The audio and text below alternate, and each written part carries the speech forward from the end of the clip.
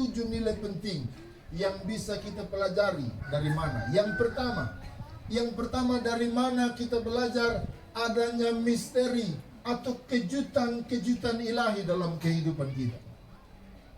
Rumah tangga ini akan seperti apa jalannya, akan sebagaimana besarnya, akan seperti apa hidup yang mereka jalani, akan seperti apa keharmonisan mereka, akan seperti apa pergumulan dan pertengkaran mereka, kita tidak tahu.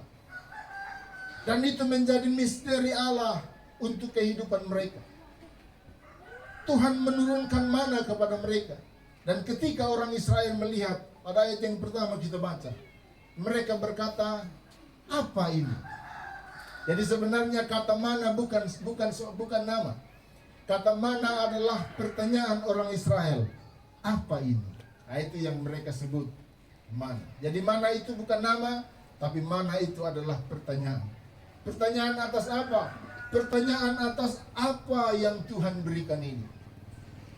Satu kali nanti mungkin entah Soli atau Ishak akan bertanya, apa ini? Masalah yang tidak pernah mereka hadapi, dan mereka akan bertanya, apa ini?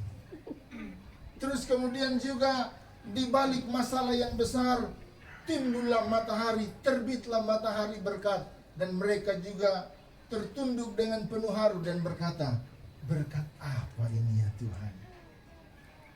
Semua misteri ilahi, semua misteri yang Tuhan simpan untuk rumah tangga yang baru ini. Jadi ketika kita menghadapi itu, hadapilah misteri ini dengan penuh syukur.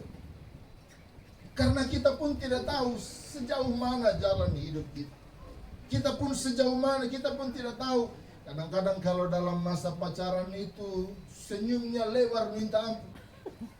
Dalam masa senang-senang cinta, aduh, semuanya terasa baik-baik saja. Tapi kemudian ketika masuk dalam rumah tangga, kok suaranya begitu tinggi? Apa ini? Saya belum pernah lihat waktu pacaran. Bukankah itu misteri ilahi? Terus kemudian, saya belum pernah lihat, dia belum pernah seromantis ini. Tapi ketika dalam rumah tangga menjadi sosok yang sangat romantis. Itu misteri ilahi. Saya berani jamin, Bapak Ibu yang sudah menjalani rumah tangga 20 tahun, 30 tahun, kadang-kadang pun masih merasakan suatu hal yang aneh ini. Dan kemudian kita berkata, apa ini Tuhan? Saya pun dalam rumah tangga sudah menjalani lebih dari 10 tahun rumah tangga. Kadang-kadang saya pun masih bertanya, apa maksud Tuhan dengan persoalan ini? Apa maksud Tuhan dengan pergumulan ini? Membuktikan bahwa ada misteri ilahi, ada rahasia ilahi yang Tuhan simpan untuk keluarga-keluarga kecil ini. Menghadapi misteri-misteri ini, kadang-kadang kita hanya tunduk dan tersenyum, terharu di hadapan Tuhan. Bahwasannya Tuhan mengatur perjalanan kita begitu rupa.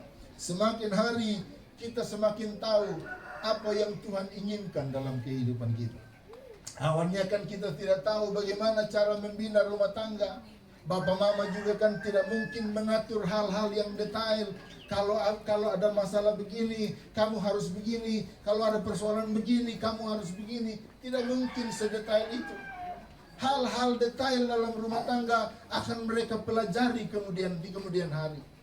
Dan dari rahasia-rahasia kecil, dari kejutan-kejutan kecil di dalam rumah tangga, mereka akan semakin hari semakin dewasa. Jangan main-main dengan hal-hal kecil. Jadi kalau ada kejutan-kejutan kecil, terus kemudian mereka mulai bertanya, apa ini Tuhan? Saya merasa bahwa mereka sedang bertumbuh menjadi keluarga yang mapan. Yang kedua, yang bisa kita pelajari dari mana ini? Yang kedua adalah anugerah dan pemberian Tuhan. Kalau kita pikir bahwa suami datangnya dari rasa cinta, istri datangnya dari rasa cinta, kita keliru.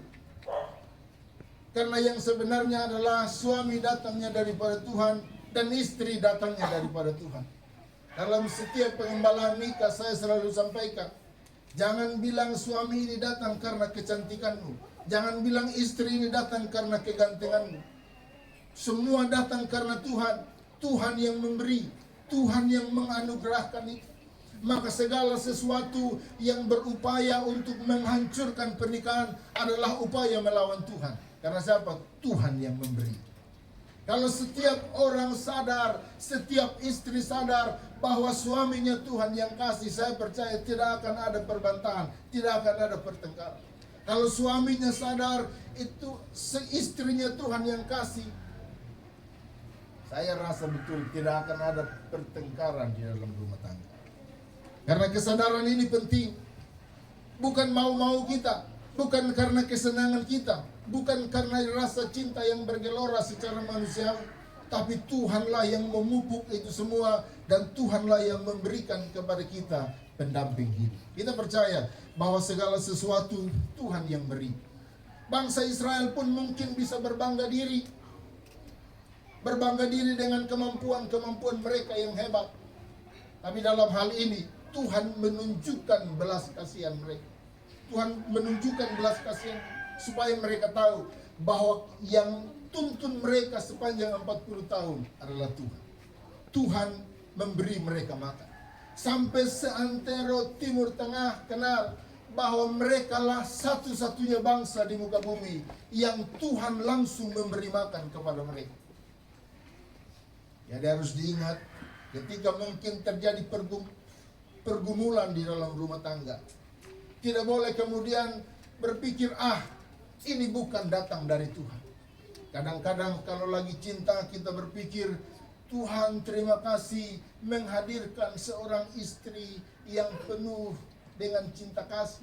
Tapi kalau kemudian dalam keadaan pergumulan, pertengkaran, persoalan, terus kemudian kita sanksi, Tuhan benarkah ini yang Engkau kirim? Tuhan benarkah ini dari Engkau? Dan kemudian ada suara lain dari para pendoa lain bilang begini, kamu salah pilih.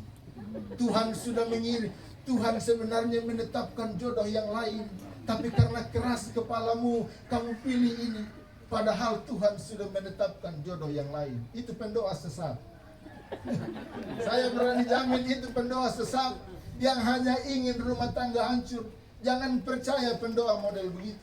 Ketika Tuhan izinkan terjadi persekutuan, saya percaya Tuhan yang memberi, bukan siapa-siapa, bukan mama atau bapak, Tuhan yang memberi.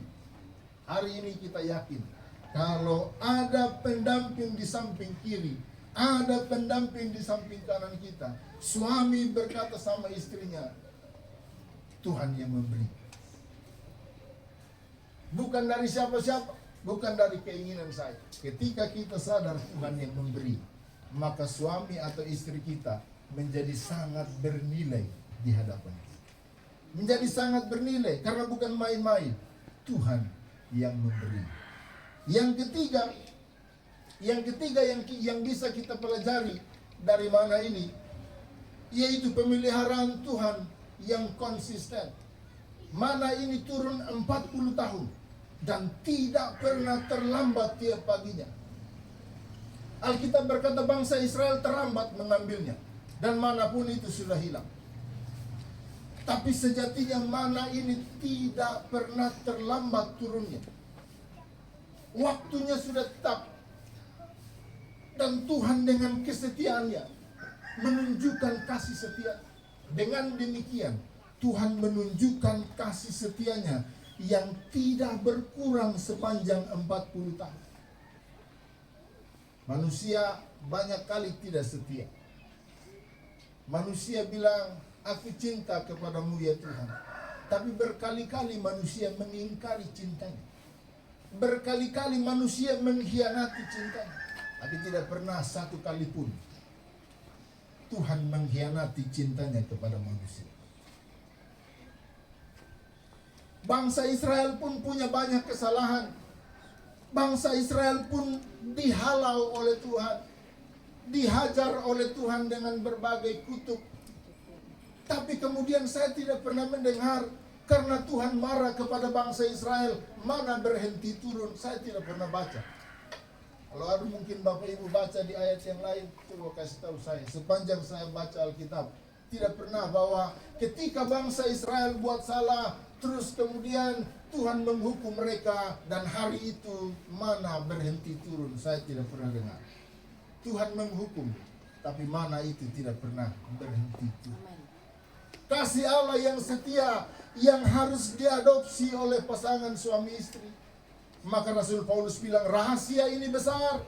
Yang kumaksudkan ialah hubungan suami dan istri.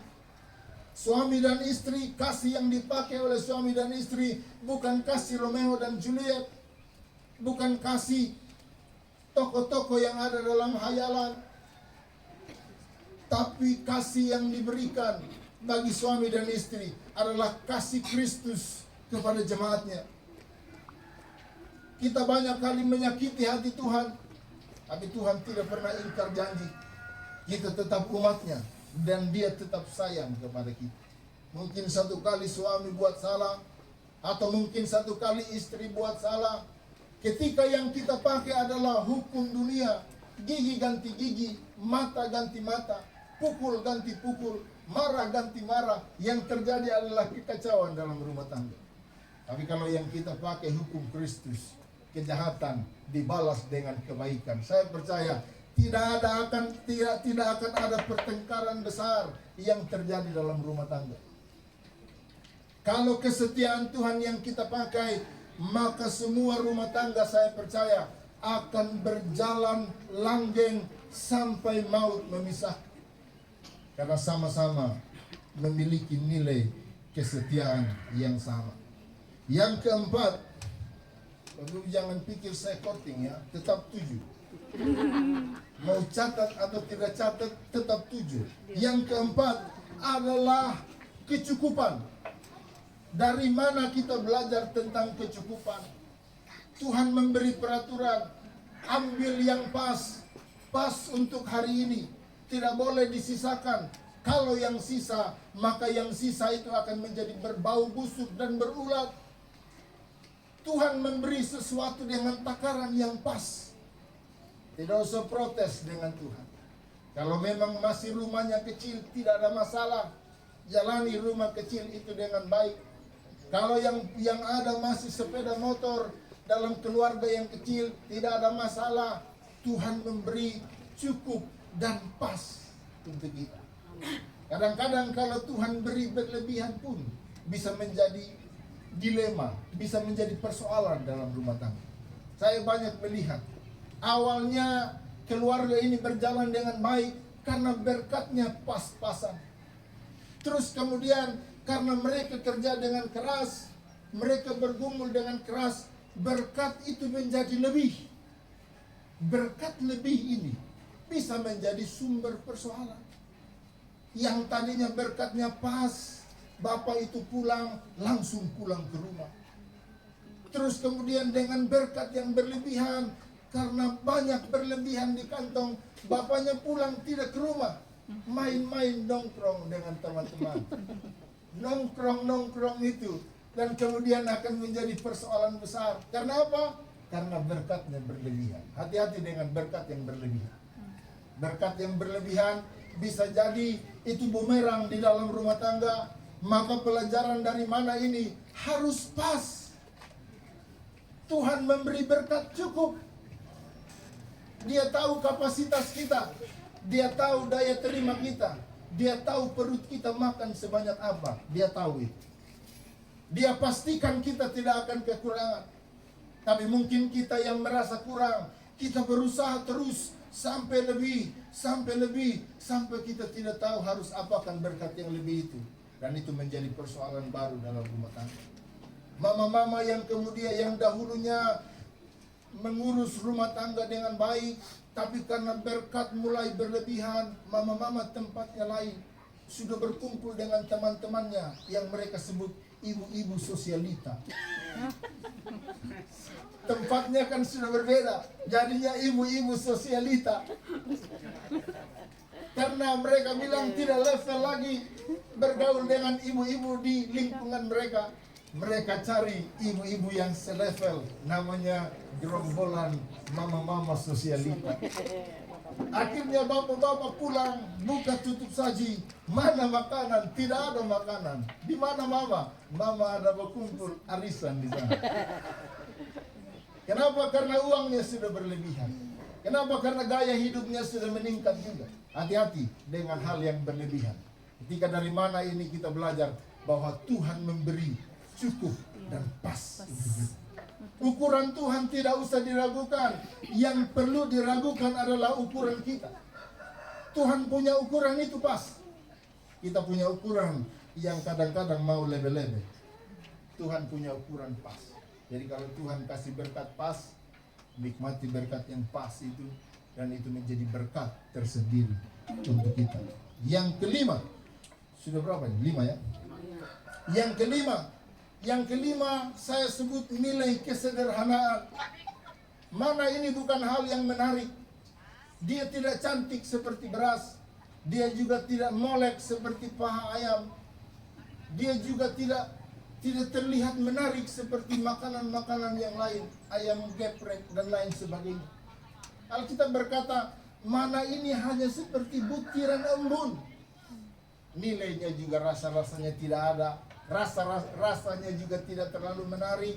Kemudian mereka, saya tidak pernah lihat orang Israel kemudian ambil mana mereka makan, lezat. Saya tidak pernah baca di Alkitab. Tidak menarik perhatian soal bentuk dan rasanya. Tapi mana itu diberikan Tuhan menjadi satu simbol kesederhanaan bagi orang Israel. Orang Israel harus hidup sederhana seperti mana yang Tuhan berikan. Mana itu tidak menarik, tapi mana itu cukup untuk mereka. Mana itu bertahan 40 tahun. Mungkin juga kita tidak mewah-mewah amat. Istri tidak usah paksa suami. Tetangga di sebelah baru beli TV 57 inch. Kalau bisa kita beli yang 75 inch. Bapaknya mulai pikir, dari mana saya dapat uang untuk beli TV 75 inch. Tunggu, saya minta dulu sama pengusaha itu. Maka jadilah korupsi. Hanya gara-gara TV 75 inch. Begitu mereka beli TV 75 inch, besoknya dijemput paksa oleh KPK. Maka terjadilah prahara rumah tangga. Hiduplah sederhana seperti mana yang diberikan oleh Tuhan. Jadilah mana yang tidak terlalu terlihat hebat, tapi kemudian sangat bermanfaat bagi bangsa Israel. Mungkin rumah tangga kita tidak terlihat hebat seperti rumah tangga yang lain, tapi rumah tangga kita cukup menjadi teladan untuk orang-orang di sekitar.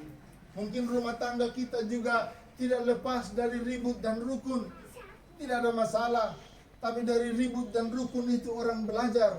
Orang di samping kiri kanan belajar cara menata rumah tangga yang baik. Dari kesederhanaan itu kita belajar kasih Kristus yang membawa kita kepada kesetiaan. Yang keenam adalah ketaatan. Setelah kesederhanaan, ada nilai ketaatan yang harus kita pelajari. Dari mana? Mana tidak boleh dipermainkan. Bangsa Israel harus taat. Mana tidak datang dan kemudian mereka kumpul satu karung besar dan bisa untuk hidup 1 bulan. Tidak demikian dengan mana. Tuhan bilang begini, tiap hari kamu harus mengambil. Tiap hari kamu harus melihat. Kadang-kadang ini menjadi pertaruhan kita. Menjadi taat kepada Tuhan adalah sungguh hal yang bernilai. Saya pernah dengar kesaksian. Kami waktu itu sama-sama menjadi bapak saksi. Dan teman yang menjadi bapak saksi dari pengantin sebelah, dia bilang begini, saya punya istri ini guru. Tapi ketika saya harus menjadi gembala menggantikan bapak. Ini guru bersertifikasi. Dia satu kali bilang sama saya, dia bilang, Bapak, saya mau lepas profesi guru saya. Teman saya ini kagetnya minta ampun. Dia bilang begini, rumah tangga lagi pas-pasan. Saya juga tidak tahu berkatnya dari mana. Terus kemudian istri yang sudah ada nasi di piring, bukan nasi ya. Kalau guru bersertifikat itu bukan nasi, nasi, ayam goreng dan lain sebagainya. Nasi yang sudah lengkap mau dibuang. Kagetnya minta ampun. Tapi karena ketaatannya kepada Tuhan, dia bilang mari kita doakan bersama. Dan hasil doanya pun tidak berubah. Padahal teman saya ini berharap berubah hasil doanya. Ketika dia berdoa, dia berharap mungkin Tuhan sampaikan sesuatu, jangan berhenti dari guru. Ternyata tidak, Tuhan tetap bilang berhenti. Maka istrinya berhenti dari guru dan mengambil keputusan untuk sekolah pendeta, untuk mendampingi suaminya untuk melayani. Langkah yang besar, langkah yang tidak masuk akal, tapi langkah yang bernilai di hadapan Tuhan karena ketaatan kepada Tuhan. Hari ini kita belajar bahwa ketika Tuhan memberikan mana, Tuhan juga mengajarkan kepada kita sebuah ketaatan. Mana harus diambil tiap hari. Orang Israel harus taat kepada Tuhan. Orang Israel harus taat kepada perintah Tuhan supaya mereka bisa hidup. Maka bagi kita, ketaatan menjadi suatu hal yang bernilai. Yang terakhir, 7.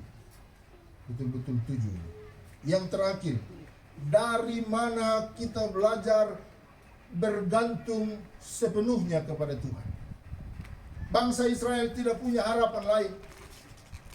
Dari mana bangsa Israel belajar bergantung sepenuhnya kepada Tuhan. Mereka hidup hanya dari mana ini. Mereka bisa makan sepanjang 40 tahun hanya dari mana. Alkitab berkata begini, biar aku memberikan mana kepada mereka, supaya aku mencobai mereka. Apakah mereka taat dan setia? Mereka bergantung sepenuhnya kepada Tuhan. Mungkin dalam pikiran kita, kita bisa bergantung dengan hikmat kita. Suami berpikir, dengan hikmat saya akan menaklukkan istri saya. Dia tidak tahu kalau istrinya juga berhikmat tinggi. Dia pikir dengan hikmat dia bisa menguasai istrinya, dia bisa menaklukkan istrinya. Istri pun kemudian berpikir yang sama, dengan kecantikan, dengan paras saya akan menaklukkan suami saya. Hari ini saya kasih tahu, hanya dengan bergantung dan bersandar kepada Tuhan, rumah tangga ini bisa berjalan dengan baik. Ada orang juga memberikan kesaksian kepada saya. Saya tanya, sepanjang hidup apakah tidak khawatir kalau Bapak kerja keluar kota? Dia bilang, Bapak Pendeta, saya tidak pernah khawatir sekalipun. Karena ketika dia beranjak keluar rumah, saya juga berlutut di dalam kamar dan saya berdoa, Tuhan jaga suami saya, Tuhan lindungi dia. Hebat apa kekuatan kita? Kita mau andalkan video call, tidak bisa. Karena kalau video call begini, bisa ada orang lain di sebelah sana yang tidak kita lihat. Tapi Tuhan bisa lihat. Dan Tuhan bisa jaga suami kita, Tuhan bisa jaga istri saya. Asalkan kita bergantung sepenuhnya kepada Tuhan, Tuhan yang akan memelihara rumah tangga kita, termasuk rumah tangga yang baru. Firman Tuhan mengingatkan kepada kekasih berdua, gantungkan harapan, gantungkan harapan kita hanya kepada Tuhan. Karena Tuhan satu-satunya tempat kita bergantung dan berharap. Dengan demikian, rumah tangga kita bawa ke arah yang sungguh-sungguh bernilai di hadapan Tuhan. Biarlah 7 makna ini, 7 nilai dari mana yang kecil ini menjadi tuntunan. Suatu saat pesta ini juga akan usai. Tidak ada pesta yang berlangsung seumur hidup. Satu saat tenda-tenda ini juga akan dibongkar, bunga-bunga dekorasi ini akan diangkat. Kami juga keluarga akan pulang ke rumah kami masing-masing. Tinggallah mereka berdua. Tidak bisa tanya siapa-siapa, tidak bisa harap siapa-siapa, hanya berharap dan bersandar kepada Tuhan. Jika menghadapi persoalan pergumulan, kita tahu bahwa kita punya harapan, kita punya gantungan. Tuhan yang penuh kuasa, yang sanggup menolong dan menuntun hidup kita, termasuk membawa perahu kecil ini sampai kepada tujuan ilahi yang Tuhan tetapkan di dalam kehidupan saudara berdua. Amin.